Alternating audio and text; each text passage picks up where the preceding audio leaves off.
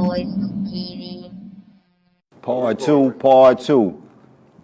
What's up with it, A-Mac? Not much, man. Enjoying this beautiful weather out here, man. I know that's right, man. For everybody who don't know, my name is Bomani McLaughlin. I'm the CEO of the Supreme Kings, a mentoring program that focuses on the arts, yoga, meditation, and holistic health and fitness. This is part two. We are here at the same location, the Arbor Glen Rec Center off Clinton Road, and this is where we do all the work. This is where we teach the arts to the kids. So, what is the topic of discussion today? Wow.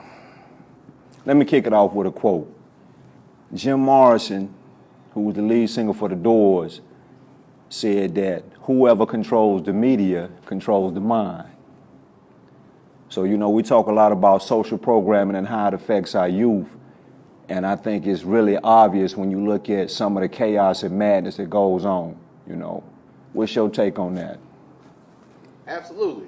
I agree with that 100%, especially, like you said, when you look at social media, look at the news, a lot of times when you talk to individuals, they just regurgitate whatever they heard without research. Right. So with that being in mind, it definitely makes sense because they're just saying exactly what the people on TV are saying. What the people on the TV are saying.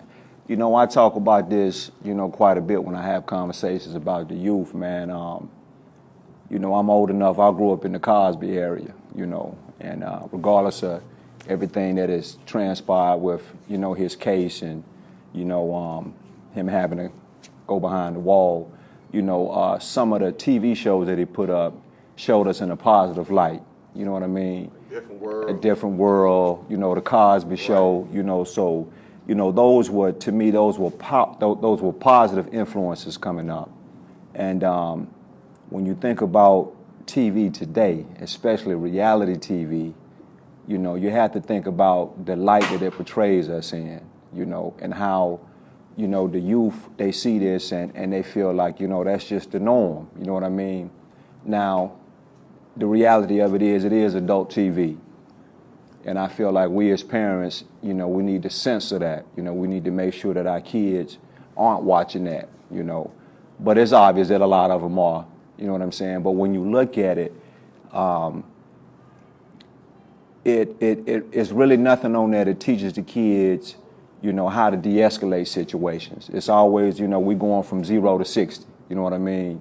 And you see the effects of the ego, false pride, I feel like I got to react because somebody said something that offended me, and I think it's becoming obvious, in the way that our children are dealing with certain conflicts at school or on the bus, Prime example, man, my daughter, she's in the 4th grade, and the school that she goes to, man, she talks about all the time, man, the fighting on the bus, the cursing, the disrespect.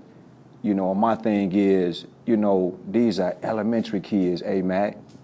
We're not even talking about middle school or high school yet. We're talking about elementary. So I always say, small problems become big problems.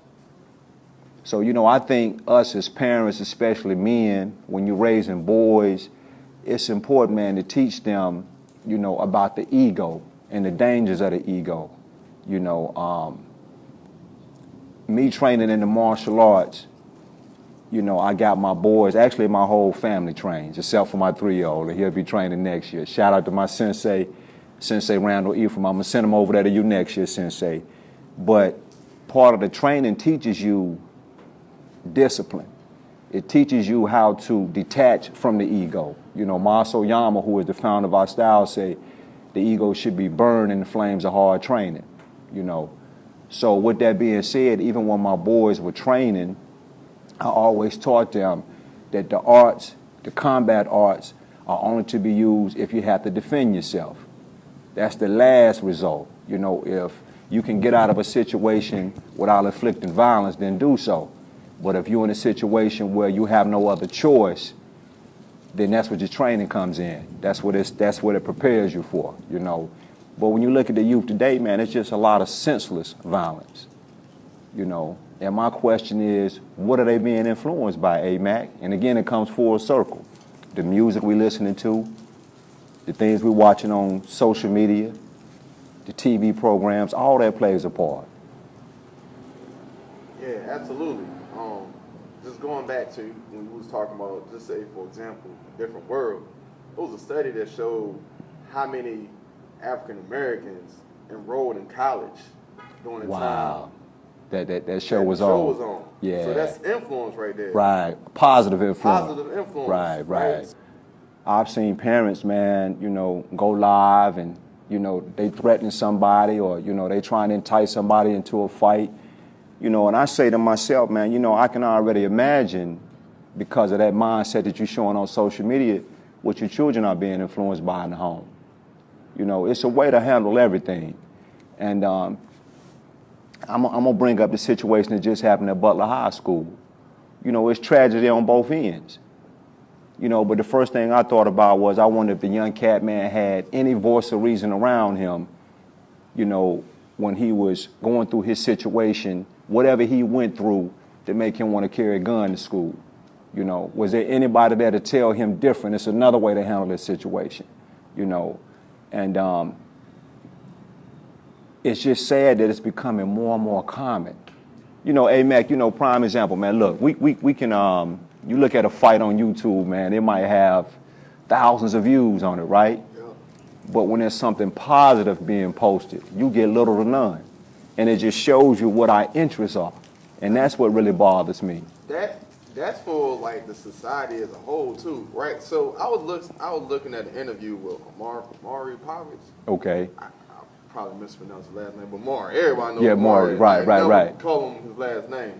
But he was talking about like the influence of like the news, right? Right. So he said back in the day, the news, they didn't generate any revenue. The entertainment part of like the company or whatever made the revenue, so the news was delivered differently. Got you. Talk about now, it says Fox News, like that news makes more than the entertainment thing. Wow. So when you look at it at that aspect, right? So now you're looking at the news, so you're getting entertained by the news that's being presented. So Right. are they giving you half truths Yeah. and entertainment or Right. whatever? You see what I'm saying? Right, So right. everything's becoming all about entertainment. So society in turn, we want to see that. So we've been conditioned to like, hey, we want to be entertained by any means necessary, even if it's in our news. Right. You see what I'm saying? Right. It's That's sad. heavy, man. It's because heavy. at the end of the day, man, it's we the viewers. We control what we want to see. That's so right. I don't care what you do. You need to have those ratings. So if people wanted to see positivity like that, you're going to display that. You will see more positive news, You'll see right? more positive news. We'll have more stories on the brother who just graduated from college. Absolutely. Or the brother who got a scholarship getting ready to go to an Ivy League school. Absolutely. Versus all the crime and violence that, that they portray in the news. You're absolutely right with that.